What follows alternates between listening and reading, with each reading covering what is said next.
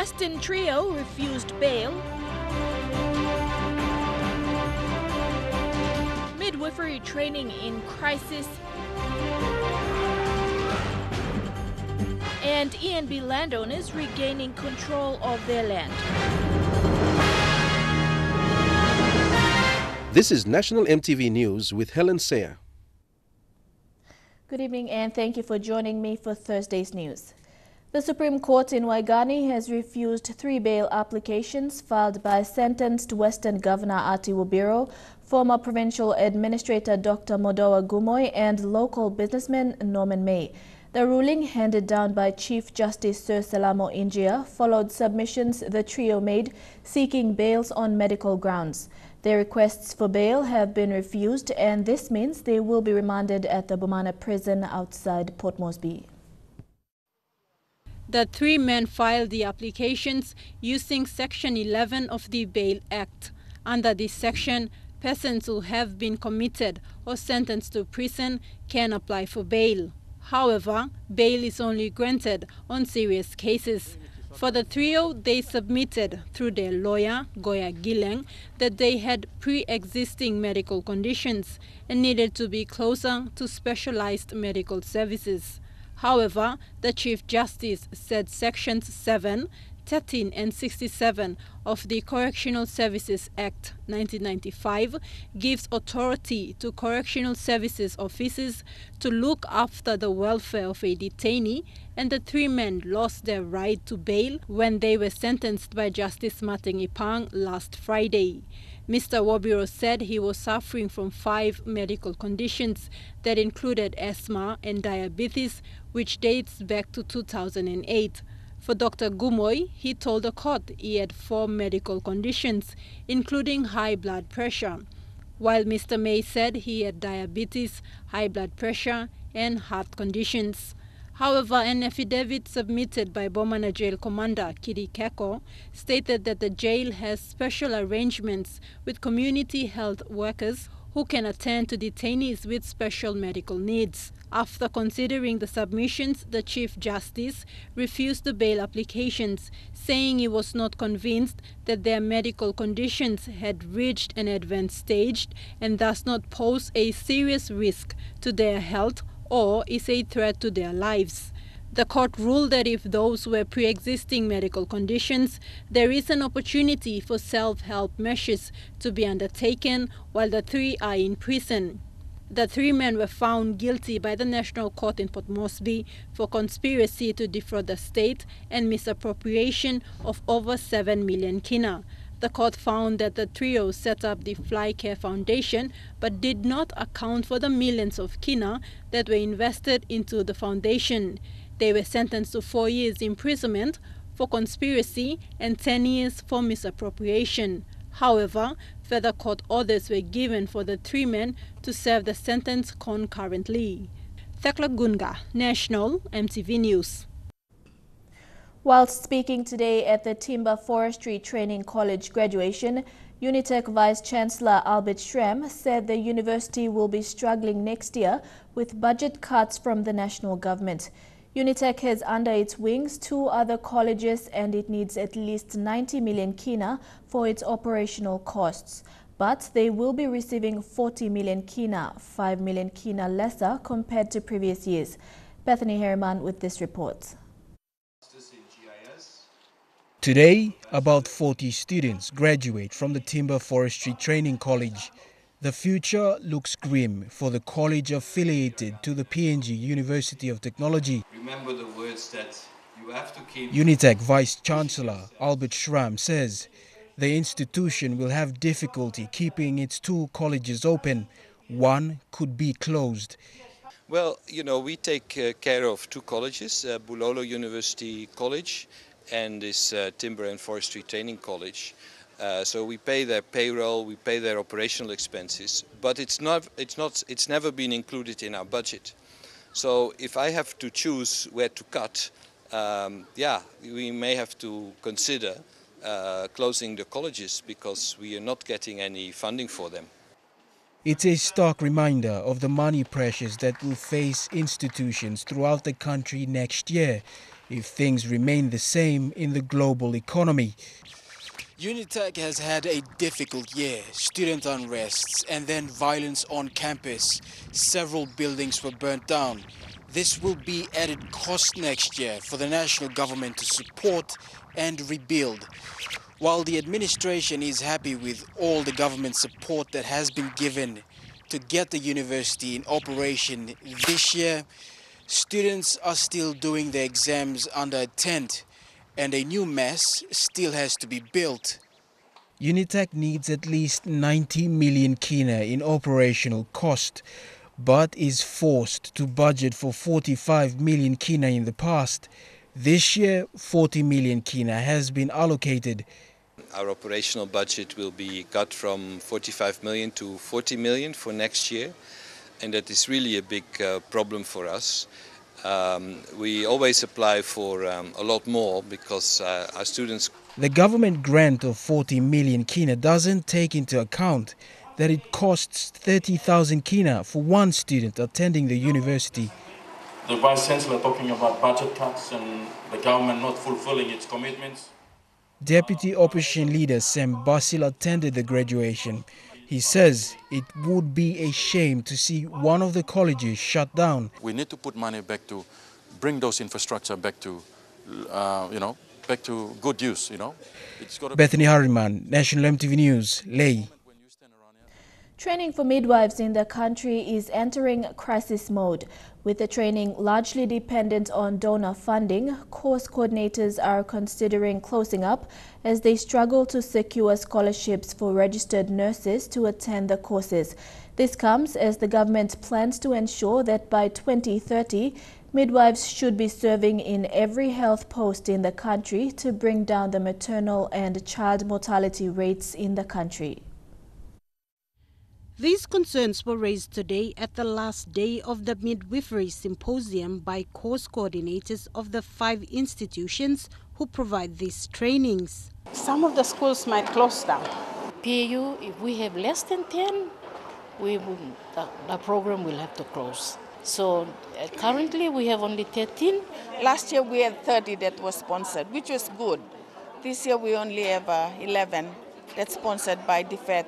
We also have another 5, but they are self-sponsored. Standardized training for midwives in the country started in 2010. The Australian government, through DFED, has been providing scholarship to nurses to train as midwives. Through this scholarship, over 400 midwives have been trained, bringing the number of qualified midwives in the country to over 700. The Australian scholarship has been the backbone of enrollment for this course in all 5 institutions. Now that scholarship is phasing out and the coordinators are worried that the government is not picking up. What its schools are doing now is they're trying to go to the districts and talk to the districts. And for us, we know that there is this DSIP funding that comes to all districts, provinces, and there is 10 million that has gone. And we know that 2 million is particularly for health. We are trying to ask if each district could sponsor nurses who would want to come for study to take up midwifery. So with this 2 million, which is for health, if they can sponsor 2 students each, that will really help. Resources are there to teach, facilities there, educators are willing and dedicated. What we need is people to teach, and we need students in the classrooms. The government recognizes that maternal and neonatal mortality rates in the country have reached emergency proportions. Immediate and long-term measures need to be put in place to start saving the lives of women and children. One of those strategies is to place qualified midwives in all community health centers throughout the country by 2030. I would like to ask the health minister, where will he get those midwives to place them in those community health posts to work as midwives? Because in the moment, at this time, I as an education provider, I am not seeing the government support to train these midwives. Objective 3.1 says to reduce maternal mortality to less than 70 per 100,000 by 2030, that we may not achieve if we don't train more midwives for our country. And the bottom line is the government should pay a lot of attention. Most of the time you hear maternal mortality, maternal mortality. Let's stop paying lip service, please. Let's get down to business and put our money where our mouth is. Sarah Aupong, National EMTV News. National EMTV News continues after the break. Stay with us.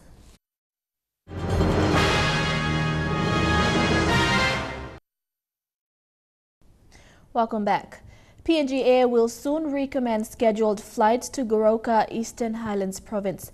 Chief Commercial Officer Paul Abbott thanked the National Airports Corporation for their efforts in ensuring flights resumed after resolving the issues of runway damage and allowing the necessary repairs. The airline company says it will continue to prioritize safety as part of its operations. A landowner in the Bining area of the East New Britain says they are using a special agriculture business lease or SABL to regain control of customary land lost to illegal settlers. Elias Kamara's clan is planting oil palm on reclaimed land, a different approach to the highly criticized logging oil palm project. Kamara says the Bining clans have also created land use plans that take into consideration food security and conservation.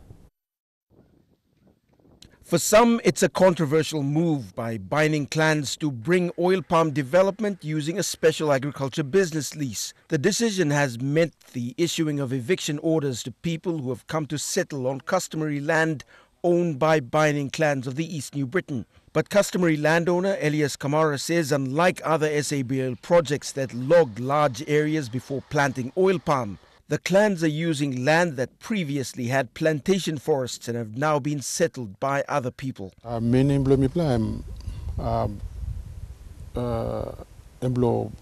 Controlling influx of illegal settlements.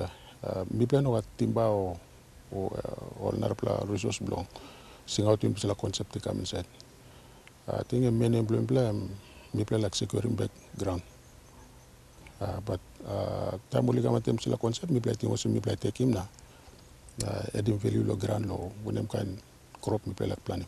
A foreign investor has entered into an arrangement with the Bining clansmen and women to establish a joint venture company that Kamara says reclaims land previously lost. But Mr. Kamara cautions that such an arrangement using special agriculture business leases can only be successful if there are land use plans clearly understood by customary landowners. The arrangement amelo tupla party tasola. You know that you don't have to want them usat by coming when any control namelo papa ground or development partners. Even including all money coming inside the work, and Bamibla controlling all too. Only all money stop inside, all employed liner. Karim Pasideka, Mibla Bakamna, to you move past them. What's clearly noticeable is the absence of logging activity and the large areas of rainforest still intact in the distance. And they plan to use the portion of forests for tourism development in the future. Scott Wide, National EMTV News. An incorporated landowner group in the Lasul Bining area of East New Britain province has dedicated 20,000 hectares of customary land for reforestation.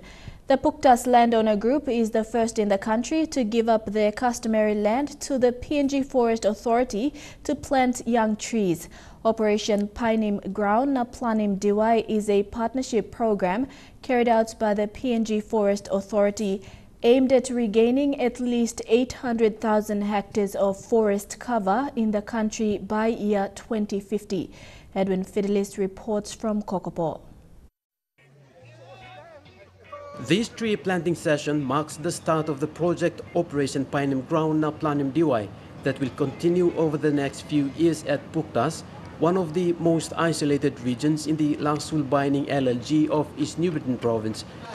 Early this year, when the PNG Forest Authority announced their plans to plant trees to regain forest covers in the country, the Puktas people put their hands up to have the project rolled out on their customary land.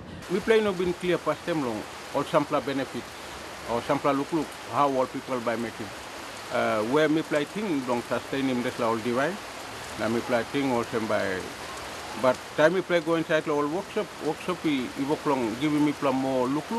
Now understanding go more inside long how benefit by imitation through long this project. The move taken is part of the national government strategic plans in the Vision 2050 to regain forests that have been lost through logging activities and other means over the years. By 2025, we should have planted 150,000 hectares, and 2030, we should have an increased or sufficient number of planted areas in the country.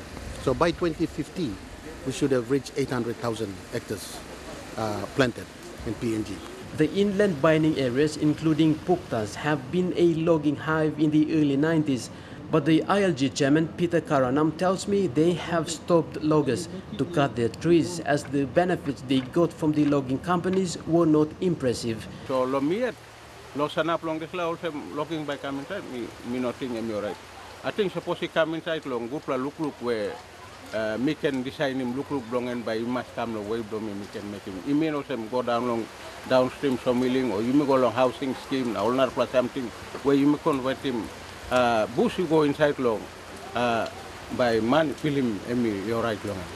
Just a few kilometers at the back of these mountain ridges, an oil palm plantation is slowly creeping in. But the landowners here say they won't allow the oil palm developers to enter their land. The Puktas people believe that while the benefits of planting trees may come a few decades later, they say it is a worthwhile exercise that centers around the well-being of their future generations that are yet to come. Edwin Fidelis, National EMTV News, Kokopo. Northern Governor Gary Jufa says the commerce and industry sector in Northern Province is expected to see a boost in terms of revenues it will generate. This follows the opening of 4 bridges in Northern yesterday. These bridges were destroyed during Cyclone Guba in 2007.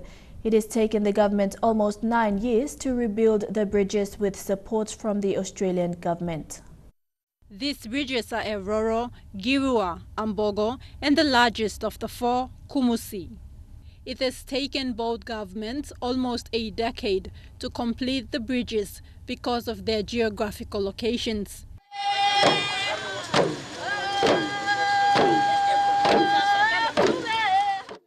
A very traditional Northern celebration was staged to welcome the government delegation and other development partners to witness the unveiling of the commemorative plaque. 3, 2, 1, The plaque was unveiled by Northern Governor Gary Jufa, Soya MP Delilah Gore, and National Planning Minister Charles Abel. Being able to access services, it helps us a lot with our development plan for Kokoda. We intend to transform the Kokoda station into a tourism hub, a somber place of reflection. We're working with we're going back to the government and saying, look, government, you made some promises about some funds that are due to us for tourism. If they can come good on those promises, then we can be able to use those funds to be able to develop the Kokoda station. The reconstruction of the bridges had cost over 139 million kina and had employed over 200 locals. The reconstruction of these bridges reflects the long friendship between the people of Australia and locals in Northern because of the Kokoda battle in 1942. It's great to be able to ensure that the product that we come out with, the actual construction, is very strong, very long-lasting, and will serve the people of the province for a long, long time. Since the bridges were destroyed by Cyclone Guba, the locals resorted to crossing the rivers to access government services in Popondetta town. Elsie Time-Barry is a head teacher at a primary school. She says she is happy as students will now be arriving on time for school. But I'm very, very happy because my generation, my new generation, children coming up, it's going to benefit them. And they are the ones who are going to use it and to cross when it's flooding. They are going to cross over the bridge and come to school early, not like before, that they used to come late. Apart from education, the locals are grateful to the Australian government for this infrastructure development. Thakla Gunga, National EMTV News. And now looking at our finance news, the Kina closed unchanged at 0.3150 US dollars in the interbank market. At Bank South Pacific, your Kina was buying 0.3075 US dollars, 0.4143 Australian dollars, 0.2891 euro and 34.32 Japanese yen. Looking at commodity prices at New York close, gold, coffee and cocoa closed lower, while copper closed the day unchanged. Palm oil, crude oil and copper closed the day higher. And on the stock market, the Dow Jones closed at 59.31 points higher, the ASX is trading at 0.72 points higher, and the All Ordinaries is trading at 0.93 points lower. National EMTV News continues with more after the break. Stay with us.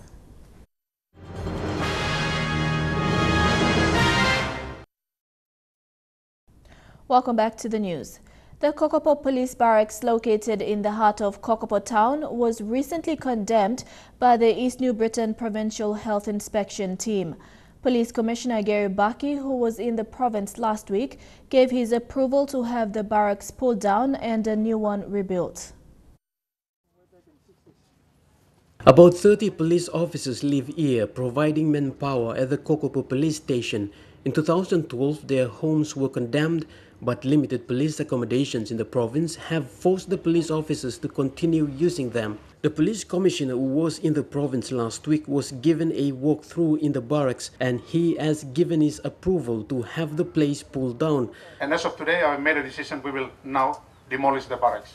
The police boss says under the new police modernization program, new accommodations for his men and women will be built, and for Kokopo, these old barracks will be the first to go. Over there, but we will have to relocate them. Now, we cannot throw policemen out on the street. So there's got to be some decisions made on what to do before we move them out. Once they are out, the entire land within where the barracks is now and Kokopo Police Station will be converted into a metropolitan command area. Like any other police barracks in the country, each has their own stories. Most of them were built in the early 60s and 70s under colonial administrations, but over the years they have been refurbished, maintained and used. While many have been condemned, there are others that are still being used, such as the Kusubao Police Barracks in Medang and Bumbu in Ley. The decision was to build 6,000 houses for men and women throughout Papua New Guinea.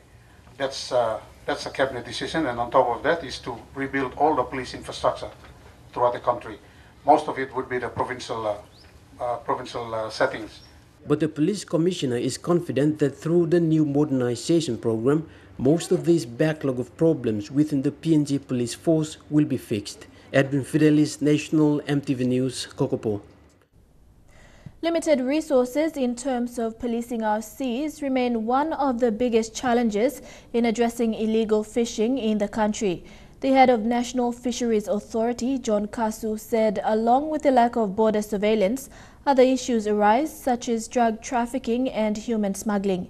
He was speaking at the handover of a vehicle to assist the town police station in Port Moresby.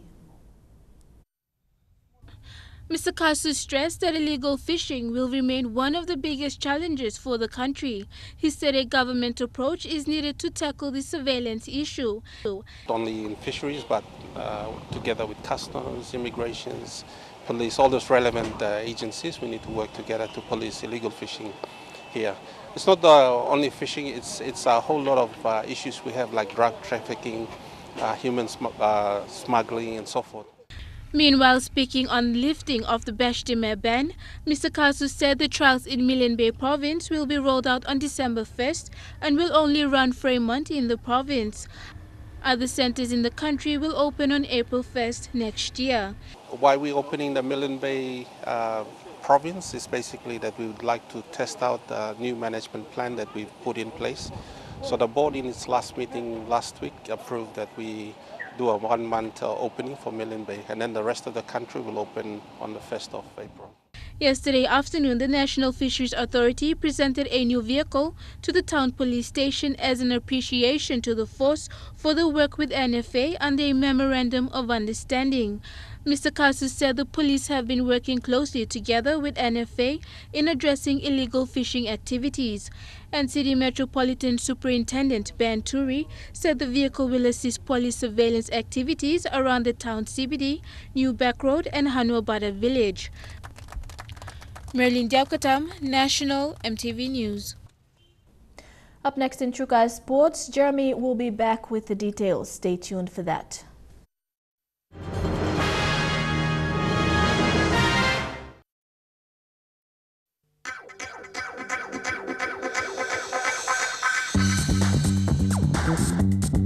Trukai Sports.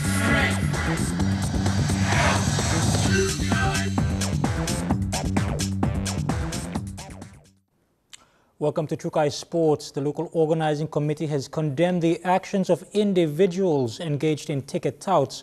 Chief Executive Officer Seamus Martin said neither the local organizing committee nor the ticket outlets are giving bulk tickets to people to sell outside the official ticket outlets at their own markup prices. Although authorized ticket outlets have limits to sell to individuals per purchase, Martin says there is no law in PNG that prevents people from this act. However, there are only 4 authorized ticket outlets in Port Moresby and Lae, and also available online, where fans can purchase their tickets to avoid the last-minute rush, which may lead to purchasing tickets at a higher price. The second and third quarterfinals of the FIFA Under-20 Women's World Cup tomorrow will feature the decider between the CONCACAF and North American counterparts, USA and Mexico, at 4 p.m. at the Sejongais Stadium. That will be followed by European arch-rivals Germany and France, who will face off in what is to be expected to be a tight contest at 7 p.m. And in other news, the PNG Rugby Football League, on behalf of the Hunters, has signed a 5-year partnership deal with the National Football Stadium. The NFS will be the home of the Hunters and for Rugby League. This follows the signing of an agreement between the Lloyd Robson Oval trustees and PNG Rugby League. Last year was the first time the PNG Hunters played all their home matches at the National Football Stadium. Lloyd Robson Oval trustee chairman Peter Borton says the National Football Stadium is happy to be in partnership with PNG RFL and to have the Hunters play their home games at the venue. Right now we're looking at various ways of improving the facilities, and with the certainty of the Hunters games being played at the NFS, the trustees of the Lloyd Robson Oval Trust will continue to look at ways that we can build and continue to build from the grassroots through to the elite level our ability to support PNG Rugby League. PNG RFL chairman Sandy Saka says they are happy with the partnership. The agreement is a very important agreement, not only for the HP Hunters but for PNG RFL and Rugby League as a whole, because finally Rugby League in Papua New Guinea will have a home. I want to take this opportunity on behalf of PNG RFL and the Rugby League family, firstly to thank Oil Search and the national government for taking the initiative to invest in sporting infrastructure in the country. Saka added with a world-class facility available for Rugby League, this will also improve the standard of competition. But also gives us the confidence to also, and stability to work around the venue and the home to create other opportunities in commercial and other programs that we want to get into to ensure that the SP Hunters becomes a viable product and it's sustainable going into the future. Elijah Levitt, National EMTV Sports. That ends Trukai Sports. Helen will be back with the weather details after the break. Trukai Sports.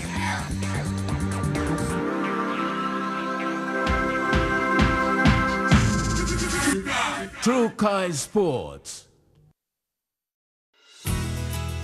The weather details are proudly brought to you by Dulux Weather Shield. Worth doing with Dulux.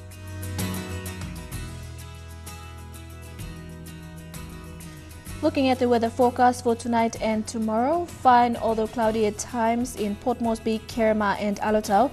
fine in Daro and cloudy periods in Popondetta.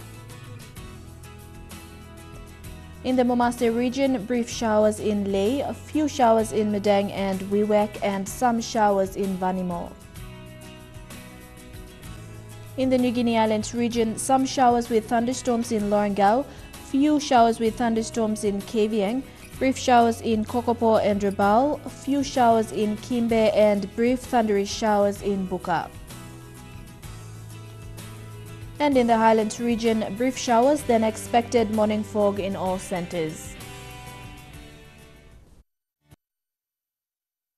The weather details are proudly brought to you by Dulux Weather Shield. Worth doing with Dulux. And that's been the news, sports and weather for tonight. On behalf of the entire EMTV News team, thank you for your company. Pleasant viewing. Good night.